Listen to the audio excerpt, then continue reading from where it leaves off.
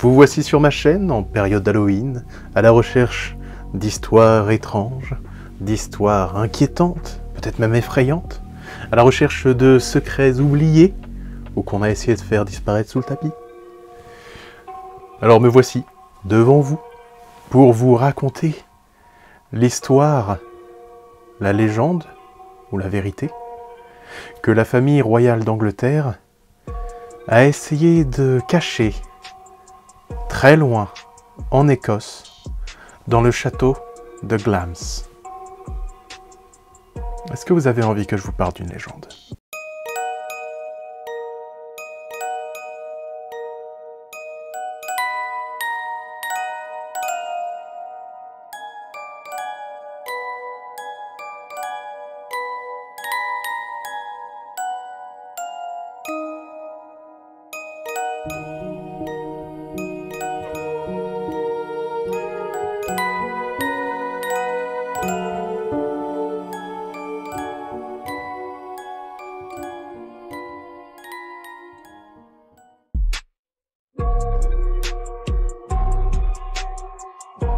Avant de s'intéresser au château en lui-même, il faut s'intéresser au village qui est à proximité.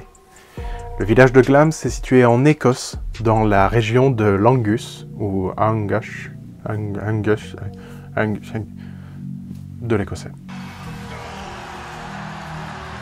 C'est un petit village qui garde dans la majorité sa présentation du XVIIIe siècle, avec beaucoup de bâtiments ouvriers, mais qui a une église dont les fondations dateraient du 8e siècle. Par contre, le bâtiment a été beaucoup retravaillé, a été reconstruit, a été rebâti, et actuellement, son aile la plus ancienne date du 15e siècle, et c'est là où sont enterrés les membres de la famille Bowes-Lyon, dont on va beaucoup parler. Dans ce petit village, on peut également trouver une pierre dressée avec une croix celtique gravée dessus et de très nombreux symboles pictes. Elle daterait du 9e siècle, mais on n'est pas absolument certain. Bon, voilà cette très courte présentation du village. Maintenant, intéressons-nous au château de Glamis.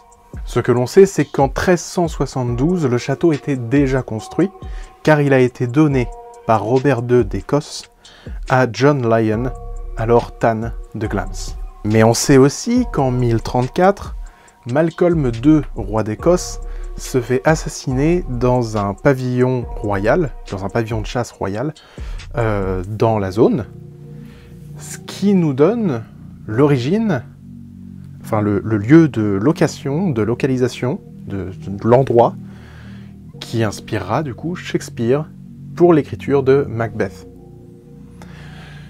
Sachant que Macbeth devient roi en 1040 dans la vraie vie, donc c'est en fait le seul point commun qu'il y a, c'est le lieu.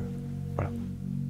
Je vous ai parlé de John Lyon, donc il va falloir parler du clan Lyon, qui serait probablement des descendants de Français, qui s'appelleraient de Léon à l'origine, et qui se seraient lentement transformés en Lyon, Léon, Lyon, voilà. Et il était surnommé le White Lion. Il a été nommé chambellan d'Écosse, et son propre fils épousera la fille de Robert II d'Écosse, ce qui les rapprochera tranquillement de plus en plus du pouvoir. Ce qui amènera en 1445 Sir Patrick Lyon à devenir seigneur de Glamis. En 1767, Sir John Lyon IX épousera Marie-Éléanore Bowes, liant ainsi deux très puissants clans écossais.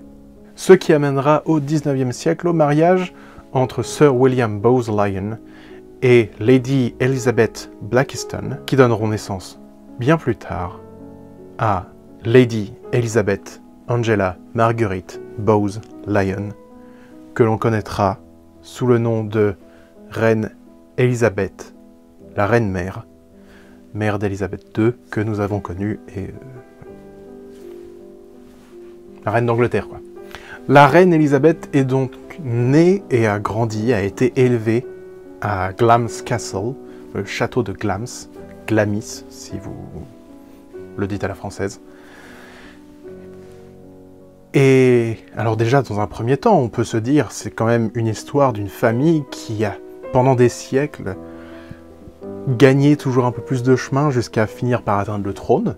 Donc déjà, c'est intéressant à suivre, moi j'aime bien ce genre d'histoire. Mais surtout, c'est une histoire qui est pleine de rebondissements et d'éléments qui ne sont pas toujours très glorieux. Et ça, vous allez le comprendre, parce que il y a beaucoup de légendes autour de ce château. Et avant de vous parler du secret de la famille royale, je vais vous parler de toutes les histoires de fantômes qu'il y a dans ce château. Et croyez-moi, il y en a.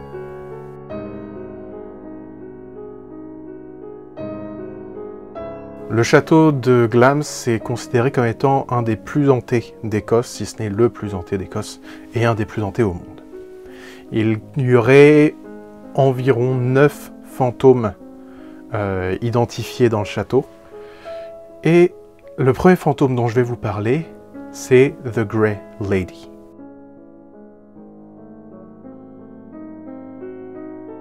Le crime de Lady Janet Douglas se trouvait dans son nom. Elle faisait partie de la famille Douglas et son frère, Archibald Douglas, était le beau-père de James V d'Écosse. Pendant quelque temps, Archibald avait fait enfermer le roi d'Écosse, ce qui fait que le roi n'était pas très fan de la famille. Une fois libre, il a fait en sorte de se venger de la famille, évidemment, et la pauvre Lady Janet ne fit pas exception. Alors qu'elle était considérée comme étant une femme tout à fait respectable, prônant l'honneur, la chevalerie, toutes les belles choses de l'époque, elle fut néanmoins condamnée pour trahison, tentative d'empoisonnement, et même pour sorcellerie.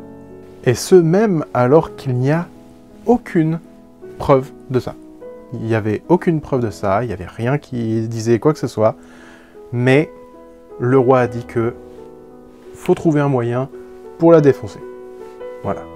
Donc évidemment, ils ont réussi à soustraire des aveux sous la torture, ce qui mènera, hélas, à un bûcher, où elle sera brûlée vive, pendant que son fils sera forcé de regarder. Depuis, elle erre dans la chapelle du château. Un espace lui est réservé, les gens n'ont pas le droit de s'y installer, c'est l'emplacement de la Grey Lady. Elle aurait été vue en train de prier, et on ressentirait une profonde tristesse quand on se trouve dans la chapelle.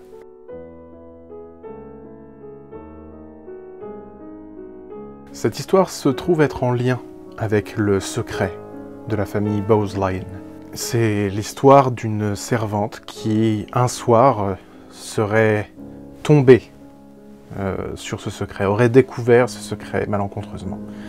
Et au lieu de se dire que elle allait rien dire, garder ça pour elle et repartir, elle a décidé d'en parler à son seigneur, qui aurait décidé de lui faire arracher la langue pour être certain qu'elle n'en parle à personne. Sauf qu'après quelque temps, elle aurait décidé que un patron qui t'arrache la langue, t'as pas envie de travailler pour lui, donc elle a voulu s'enfuir. Et elle a donc été traquée et tuée. Ce qui fait que maintenant, le soir, on peut tomber par hasard sur une femme errant dans le château, la bouche remplie de sang.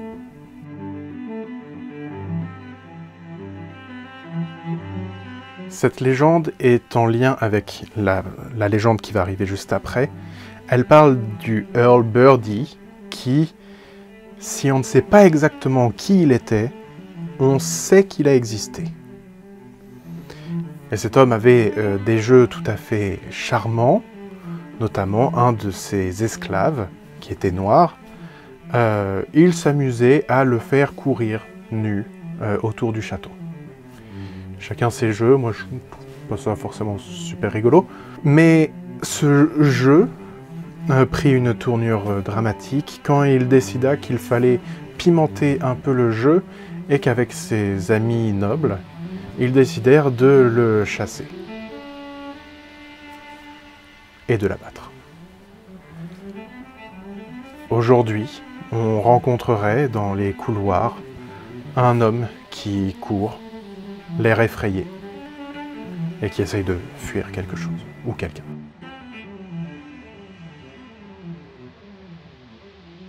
Comme je le disais précédemment, on n'est pas certain de qui est le Earl Birdie, mais on sait qu'il a existé. On hésite entre Alexander Lyon, deuxième Lord de Glamis, ou bien Alexander Lindsay, quatrième comte de Crawford.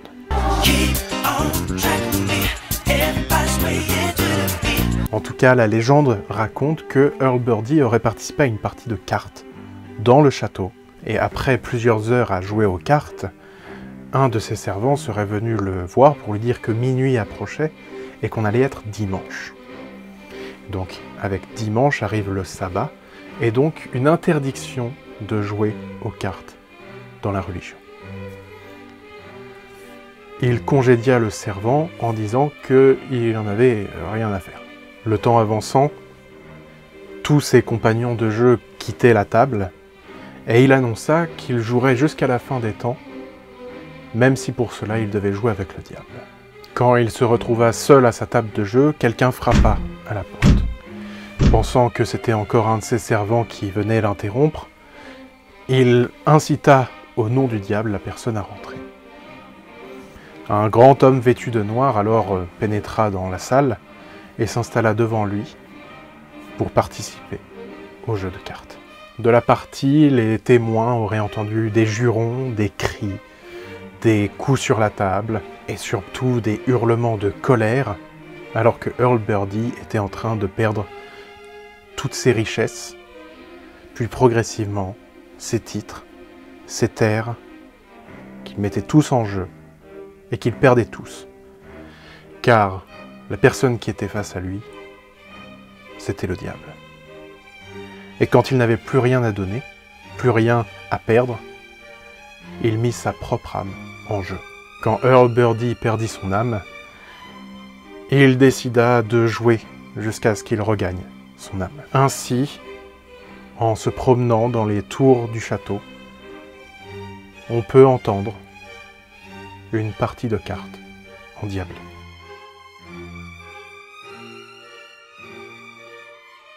Un jeune servant africain entrait la zone de la chambre de la reine.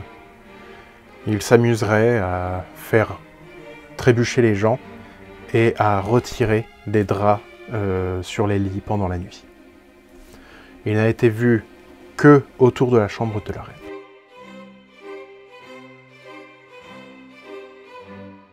Alors, l'histoire qui nous est racontée, c'est que le clan Ogilvy était en lutte, en guerre même, avec le clan Lindsay. Et que, après une bataille gagnée par le clan Lindsay, le clan Ogilvy serait venu chercher refuge au château de Glamis.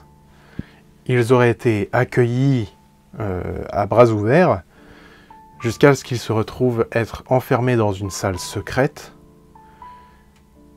jusqu'à ce qu'ils meurent, parce que, en fait, les seigneurs de Glamis étaient alliés aux Lindsay. Ce serait que des années plus tard que quelqu'un aurait découvert la salle en entendant des cris et des pleurs, et aurait donc ouvert la porte et découvert des squelettes éparpillés partout, et évidemment, plus personne de vivant. Mais, ayant fait mes propres recherches, c'est un peu différent, c'est-à-dire que, alors effectivement, il y a eu une guerre entre ces deux clans. Il y a eu notamment une bataille en 1486 où ça a été une véritable un massacre du clan Ogilvy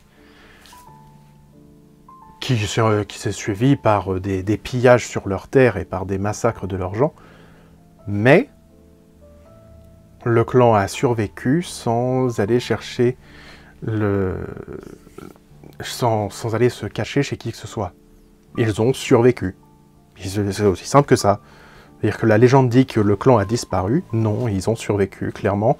Parce que l'année suivante, le clan Ogilvy envoyait un de leurs membres devenir représentant de l'Écosse au Parlement du Danemark. Donc là, pour le coup, j'avoue que cette légende m'a l'air d'être complètement fausse.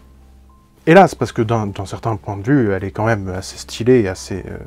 parce que normalement, on devrait entendre les plaintes, les hurlements, les machins, les lamentations des morts, mais non. Parce que c'est pas possible, parce que c'est pas arrivé. Enfin, je pense que ce n'est pas arrivé.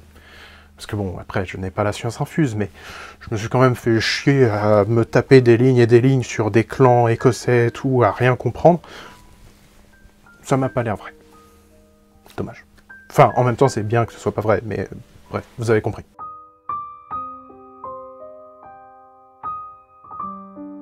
Maintenant, petite anecdote et jolie phrase.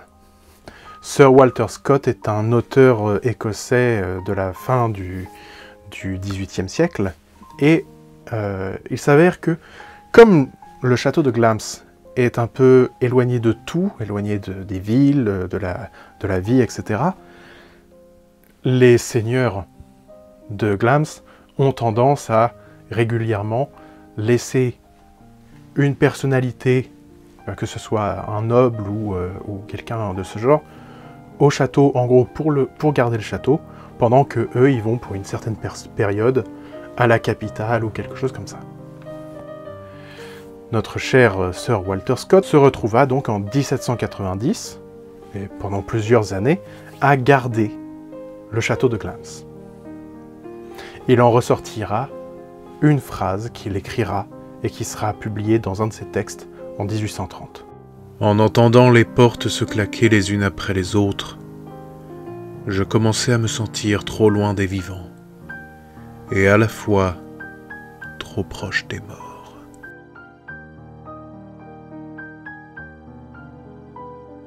Dans une salle du château, un des employés du château se serait pendu. Et maintenant, dans cette salle, on sentirait de l'air froid, et surtout, à la fenêtre de cette salle, on pourrait voir régulièrement un visage alors qu'il n'y a personne dans la salle.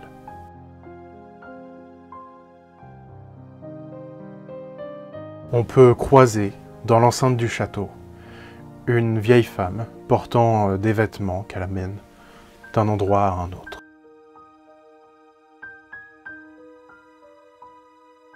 Quel est donc ce secret que la famille royale d'Angleterre a tant voulu faire disparaître? Quel horrible mystère entoure le château de Glamis et la famille de la reine Elisabeth?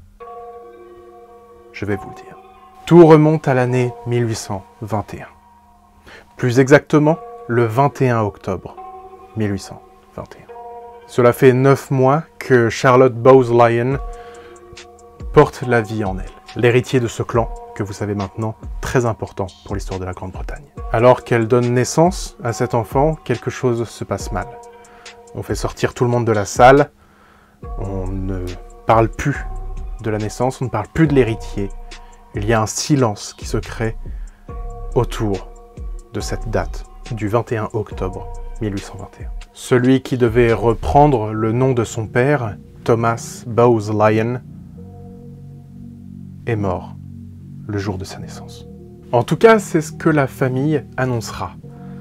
Mais des questions commencèrent à se poser en sachant qu'il n'y avait aucune pierre tombale de dressée pour l'enfant et aucun hommage rendu à cet enfant. Bien des années plus tard, une histoire commence à traîner dans les couloirs du château. Il y aurait une chambre secrète. Une des épouses d'un des seigneurs du château, bien plus tard, proposera à ses amis et aux servants d'aller accrocher un tissu à chaque fenêtre du château.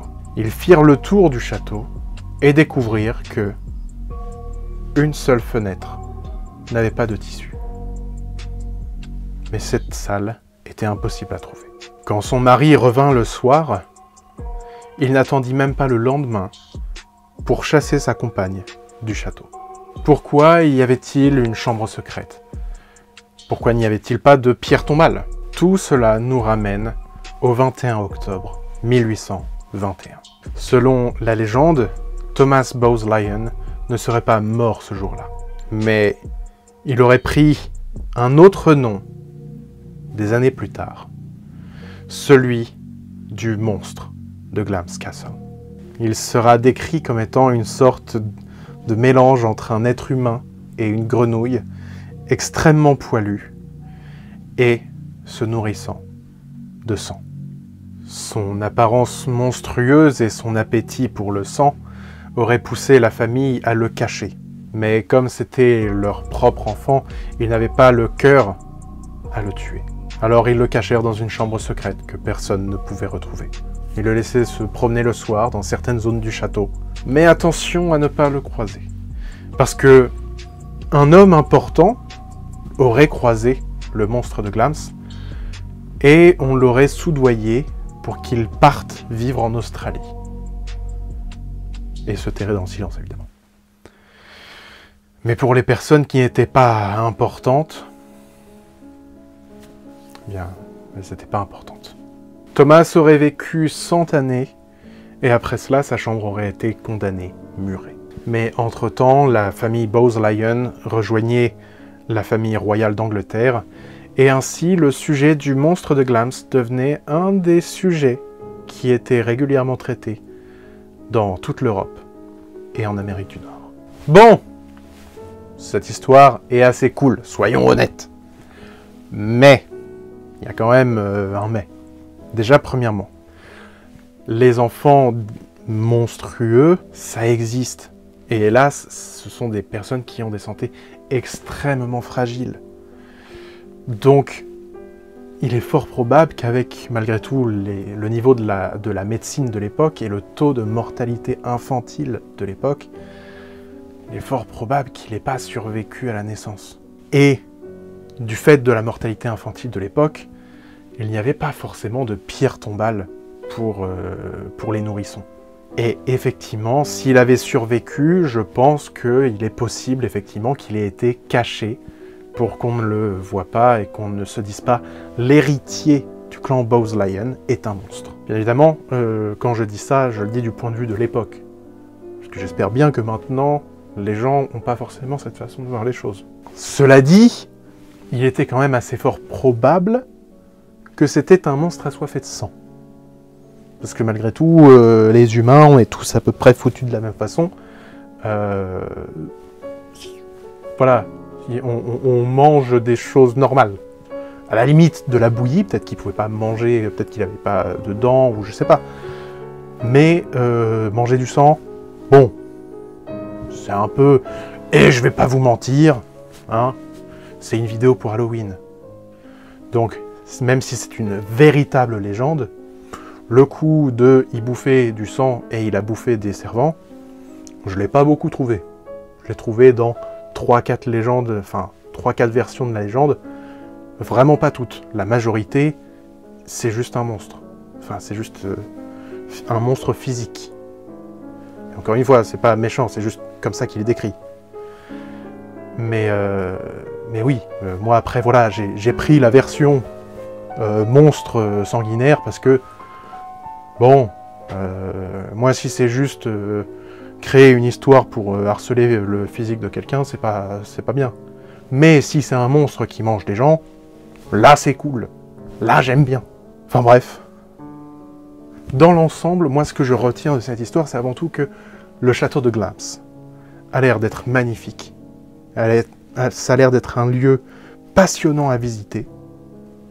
Les environs sont magnifiques aussi, parce que d'un moment, moi, je trouve que l'Écosse, c'est un pays magnifique. J'ai envie de visiter l'Écosse.